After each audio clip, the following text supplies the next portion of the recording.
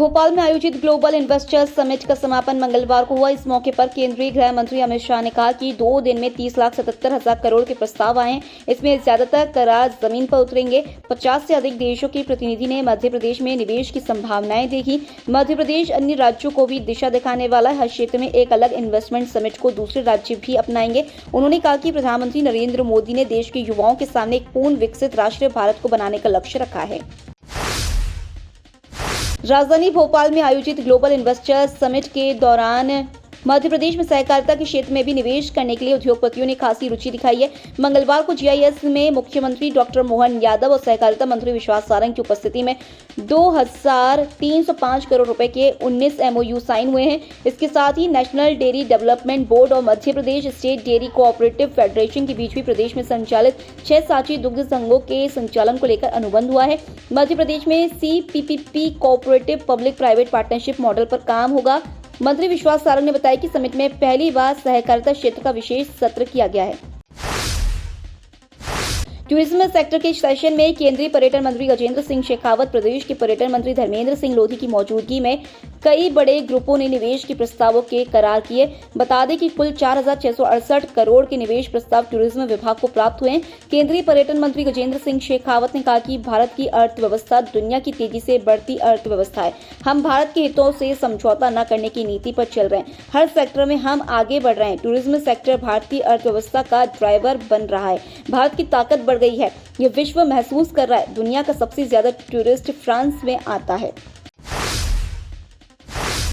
मध्य प्रदेश के मौसम में लगातार उतार चढ़ाव देखने को मिल रहा है। एक बार फिर से हल्की ठंड का दौर शुरू हुआ है, जो अभी जारी है। पिछले 4 दिन से दिन रात के पारे में 2 से 5 डिग्री तक की गिरावट हुई है। वहीं मंगलवार को भोपाल में बादल छाए रहे। ऐसा ही मौसम बुधवार को भी बना रहेगा, लेकिन इसके बाद पारे में 2 से 4 डिग्री तक की बढ़ोतरी हो सकती है।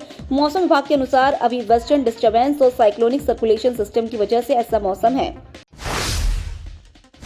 मध्य प्रदेश कांग्रेस के अध्यक्ष जीतू पटवारी ने मंगलवार को प्रधानमंत्री नरेंद्र मोदी के इन्वेस्टर्स समिट में दिए गए भाषण पर प्रतिक्रिया देते हुए कहा कि प्रधानमंत्री का भाषण सिर्फ शब्दों का जाल था, जिसमें कोई ठोस दिशा और कार्य योजना नहीं थी। उन्होंने कहा कि आज प्रदेश में औद्योगिक विकास, रोजगार और गरीबी उन्मूलन की सबसे बड़ी आवश्यकता है, लेकिन इस दिशा में प्रधानमंत्री द्वारा कोई भी ठोस कदम उठाने की घोषणा नहीं की गई। पटवारी ने कहा कि मध्य प्रदेश के विकास में औद्योगिक निवेश की अत्यंत महत्वपूर्ण भूमिका है और यह प्रदेश की समस्याओं के समाधान के लिए एक बड़ा उपाय हो सकता है।